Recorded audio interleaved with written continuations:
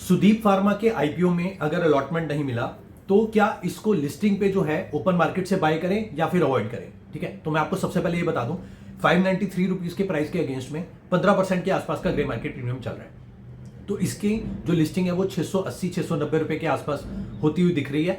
28 नवंबर को जो है फ्राइडे को सुबह 10 बजे बीएससी और एनएससी के टर्मिनल पर इसकी लिस्टिंग होगी। ठीक है, अब मैं आपको एक छोटी सी एडवाइस देता हूं। ठीक है, अगर आपको अलॉटमेंट मिले तो आप इसको लिस्टिंग पे जो है वो बेच दें। अगर अलॉटमेंट ना मिले तो अब आपका ये क्वेश्चन आएगा कि क्या जो है लिस्टिंग पे हम ओपन मार्केट से इसके शेयर्स जो है वो बाय कर लें। तो मैं आपको ये एडवाइस करूंगा, बिल्कुल मत करिए। ठीक है, जो फाइनल डिसीजन है वो अपने फाइनेंशियल एडवाइजर से डिस्कस करके लीजिएगा। मैं कोई भी एक सेबी जो रजिस्ट्रार एजेंट नहीं हूं, मैं आपको वही एडवाइस कर रहा हूं जो मैं खुद जो है इंप्लीमेंट करता हूं। तो मैं आपको यही एडवाइस कर रहा हूं कि आप लिस्टिंग पे कोई भी आईपीओ जो हो उसकी लिस्टिंग पे उसके शेयर्स बाय मत करें, क्योंकि अभी जो है आईपीओस का पूरा फ्लड आया हुआ है। एक के बाद एक जो है आईपीओस जो है वो मार्केट में आए जा रहे हैं। अगर आप ऐसे भाग के किसी भी पर्टिकुलर आईपीओ को बाय करेंगे और आईपीओ की लिस्टिंग के बाद होता क्या है, उसके अंदर जो है हैवी प्रेशर की सेलिंग आ रही है, जिसकी वजह से उसका भाव जो है वो नीचे जा रहा है। तो फिर क्या होता है, आपके पैसे जो है वो ब्लॉक हो जाएंगे और आप जो है आने वाले टाइम में जो भी आईपीओ आएंगे उसमें फंड पैसा की कमी रहेगी और फिर आप पैसे नहीं लगा पाएंगे उसमें। तो मैं आपको यही एडवाइस करूंगा कि आप जो है लिस्टिंग वाले जो स्ट्रेटजी है उसमें बाय करने की, उसको आप फॉर द टाइमिंग अवॉइड करिए। देखिए, अगर आपके पास एक्सेस पैसा है तो कोई दिक्कत वाली बात नहीं, आप कुछ भी बाय करिए, उसको चाहे सेल भी मत करिए, वो आपके ऊपर है। ठीक है, बट मैं आपको यही एडवाइस करूंगा, अगर आपको थोड़ा पैसे का ये होता है कि पैसे को अभी फिर दूसरे आईपीओ में वही वाला पैसा लगाना है जो पहले में लगाया है, उसको रोटेट करना है। ठीक है, तो मतलब मोस्टली लोगों के साथ ऐसा होता है, बट मोस्टली लोगों के पास फंड्स की अवेलेबिलिटी की कोई दिक्कत भी नहीं होती। तो मैं मतलब उन लोगों के लिए बात कर रहा हूं जिनके पास फंड्स की जो है वो दिक्कत रहती है। तो ऐसे में आप जो है अपने फंड्स को जो है वो ब्लॉक मत करिए।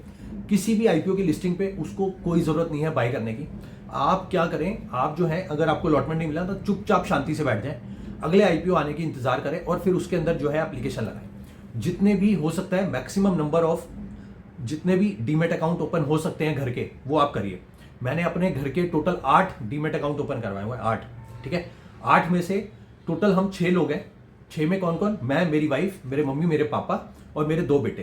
तो ये टोटल 6 लोग हो गए। अब 6 के बाद में मैंने अपना एक एचयूएफ का डीमेट अकाउंट ओपन करवाया हुआ है, अपना एचयूएफ का पैन कार्ड बनवाने के बाद, और ऐसे ही सिमिलर अपने फादर साहब का भी करवाया हुआ है। तो टोटल मेरे पास 8 डीमेट अकाउंट हैं, जिनमें से मैं हर एक आईपीओ में जो है अलग अलग आईपीओ की एप्लीकेशन जो है वो लगाता हूँ। कैटेगरी भी मैं अलग अलग कभी कभी डिफाइन कर देता हूँ, कभी रिटेल, कभी स्मॉल एचएनआई, कभी बिग एचएनआई। तो इस तरीके से आपको भी इसी तरीके से चलना चाहिए। और मेरी जो फिलोसफी है वो यही रहती है कि मैं लिस्टिंग पे जो है आईपीओस को सेल कर देता हूँ जो भी मेरे को अलॉटमेंट हुई होती है।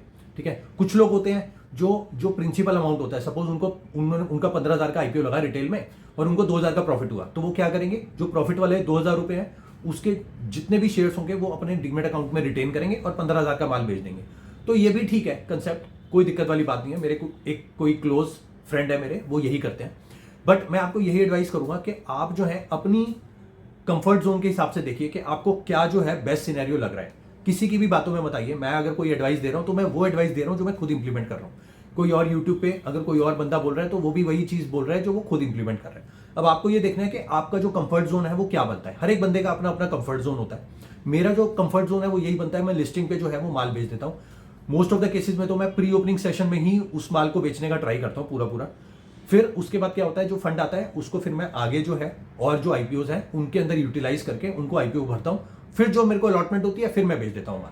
और अगर बाई चांस ऐसा भी होता है कि मैं 8 अकाउंट से अगर लगा रहा हूँ तो मेरे को अलॉटमेंट नहीं भी हुई, ठीक है, तो मेरे लिए भी वो चीज़ होती है कि मेरे को अलॉटमेंट नहीं मिला, तो मैं क्या करता हूँ, चुपचाप शांति से बैठ जाता हूँ। मैं ऐसा नहीं करता कि मैं हंट करता हूँ कि लिस्टिंग पे अब मैं इसको बाय कर लेता हूँ क्योंकि मेरे को अलॉटमेंट नहीं मिली। ठीक है ना, आप ये देखिए आने वाले टाइम में और भी आईपीओ आ रहे हैं, लाइन लगा के आईपीओ आ रहे हैं। तो आप अपनी फंड्स की जो है पूरी अवेलेबिलिटी रखिए और आप जो है keep on applying from various demat account whichever you are having in your family. तो अगर आपके पास फैमिली के डीमेट अकाउंट नहीं है तो आप ओपन भी करवाइए उनको। ठीक है, अपने बच्चों के डीमेट अकाउंट ओपन करवाइए, अपना एचयूएफ का डीमेट अकाउंट बनवाइए।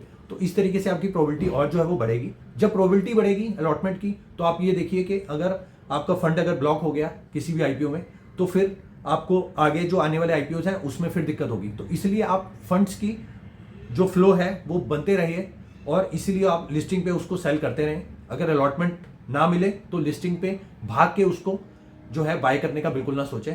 इसी तरीके से आप इस कंसेप्ट पे काम कर सकते हैं। बाकी जो भी आपका फाइनल डिसीजन हो, आप अपने फाइनेंशियल एडवाइजर से और खुद की जो सोच है, जो समझ है, उससे जो है वो आगे बढ़े। Thank you.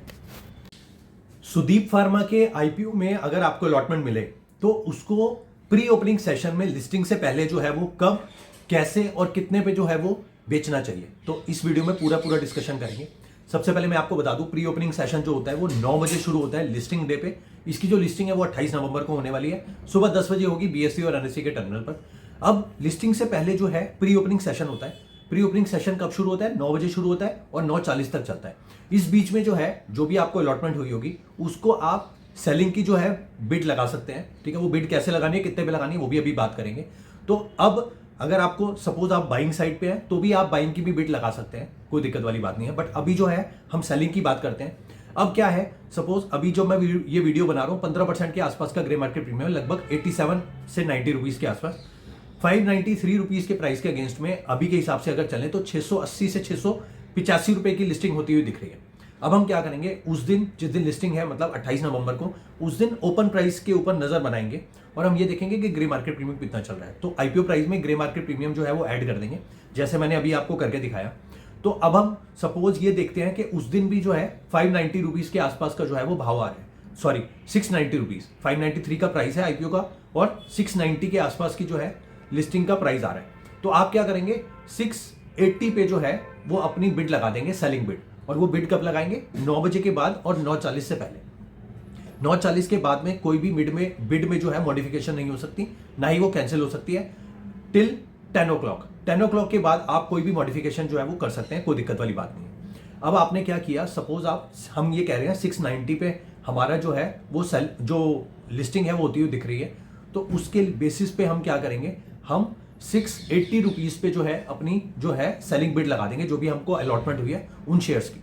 अब 680 पे मैंने जो है जो सेलिंग बिड लगा दी। अब उसके बाद क्या होगा, जो आईपीओ का प्राइस डिस्कवर हुआ 9:40 के बाद वो हुआ 700 रुपए। ठीक है, तो आपने जो बिड लगाई है वो लगाई है 680 की।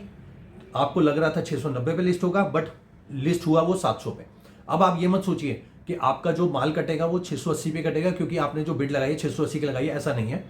आपने जो बिड लगाई है 680 की, उसके अगेंस्ट में जो लिस्टिंग है वो 700 रुपए की हो रही है।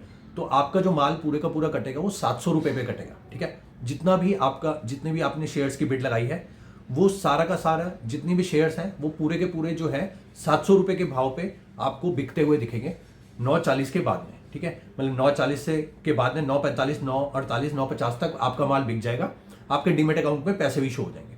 ठीक है, तो ये होता है pre opening session. Pre opening मतलब आईपीओ के लिस्ट होने से पहले वाला जो सेशन होता है, उसके अंदर अपना माल को कैसे काटना है और कितने पे काटना है। ठीक है, तो अगर आप अब हम दूसरी साइड में बात कर लेते हैं। सपोज आपने 680 रुपए की बिड लगाई और अब जो है 670 रुपए पे जो है लिस्टिंग हुई। तो 670 पे अगर लिस्टिंग होगी तो आपका जो बिड है वो ओपन ही रहेगा, क्योंकि आपकी जो बिड है वो लिस्टिंग प्राइस से ऊपर की बिड है। अब उसके बाद क्या होगा, जब आप 10 बजे लिस्टिंग होगी तब आप उस पर्टिकुलर बिड को मॉडिफाई कर सकते हैं या फिर कैंसिल कर सकते हैं। ठीक है, मॉडिफाई करके प्राइस के फ्लक्चुएशन के हिसाब से आप ये देख सकते हैं कि इसकी बिड मैं ऊपर लगाऊं या फिर नीचे लगाऊं। तो इस तरीके से जो है प्री ओपनिंग सेशन काम करता है। ये जो पर्टिकुलर प्री ओपनिंग सेशन है ये हर एक आईपीओ के लिए इसी टाइप से काम करता है। मतलब 9 बजे से लेकर 9:40 तक प्री ओपनिंग सेशन की बिड लगती है, 10 बजे जो है आईपीओ की लिस्टिंग होती है। तो इस तरीके से हर एक आईपीओ का जो प्री ओपनिंग सेशन है वो इसी तरीके से काम करता है और बिड भी इसी तरीके से लगानी चाहिए। आपको जो बिड लगानी है वो लिमिट प्राइस की लगानी है। ठीक है, और जितनी भी आपकी क्वांटिटी आपको सेल करनी है वो भी आपको ये देखना है। अगर आपको कुछ शेयर होल्ड करने हैं तो वो आप होल्ड भी कर सकते हैं। ठीक है, तो इस तरीके से आपको काम करना है और मैं आपको ये एडवाइस करूंगा कि आप लिस्टिंग पे जो है आईपीओ को बेचते रहें, क्योंकि बहुत सारे आईपीओ आए जा रहे हैं और फिर आपको आने वाले टाइम में और भी जो फंड्स की रिक्वायरमेंट रहेगी, तो इसलिए आप फंड को किसी भी पर्टिकुलर आईपीओ में ब्लॉक ना करके फंड का रोटेशन करिए और आगे जो आईपीओ आए उनमें मल्टीपल एप्लीकेशन हर एक डीमेट अकाउंट जितने भी फैमिली मेंबर में है उनके अकाउंट से लगा के आप आईपीओ में लिस्टिंग लेके प्रॉफिट बुक करिए और आगे बढ़िए। Thank you.